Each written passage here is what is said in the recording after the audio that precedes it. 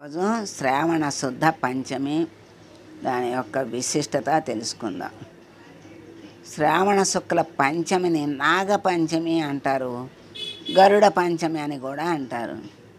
పూర్వం నాగజాతి ప్రముఖులైన వాసుకి తదితర నాగులకు మరి గరుత్మంతుడికి శ్రావణమాస శుక్లపక్షం పంచమి తిథి రోజున ఒక ఒప్పందం కుదిరింది కనుక ఆ తిథినే నాగ గరుడ పంచమి అని కూడా పిలుస్తారు.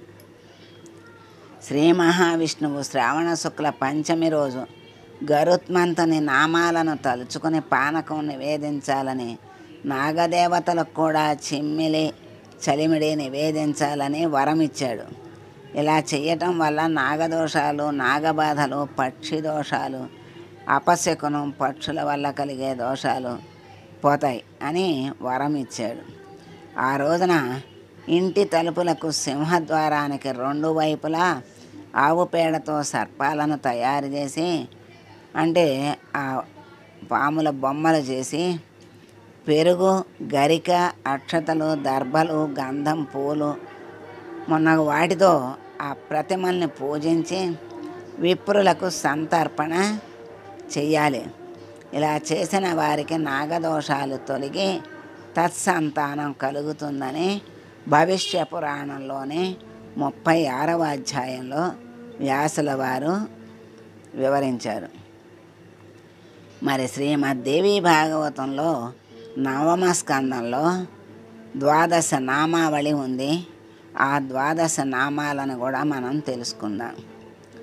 ఓం జగత్కారు ప్రియాయై నమః, ఓం జగత్కార్యై నమః, ఓం సిద్ధయోగిన్యై నమః, ఓం నాగభగిన్యై నమః, ఓం నాగేశ్వర్యై నమః, ఓం విషహరాయై నమః, ఓం జగత్కారవే నమః, ఓం మనసాయై నమః, ఓం వైష్ణవ్యై నమః, ఓం శైవ్యై నమః, ఓం ఆస్తికమాత్రే నమః, ఓం మహాజ్ఞానయుతాయే నమః.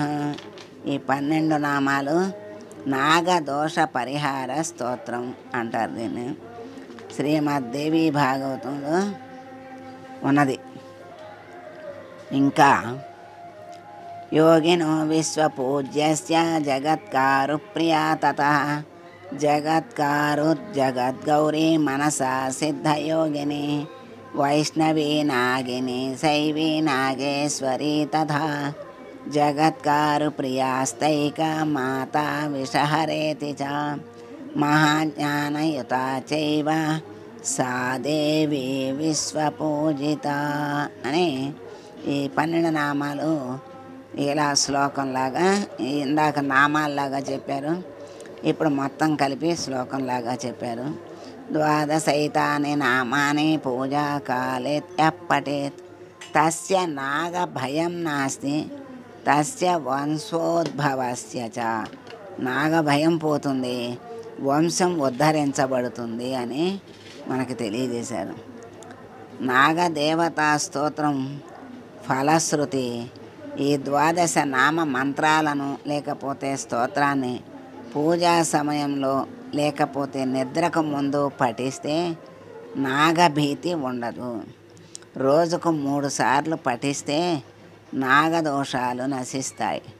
వంశంలో చేసిన భయంకర నాగాపచారాలు కూడా తొలగిపోతాయి.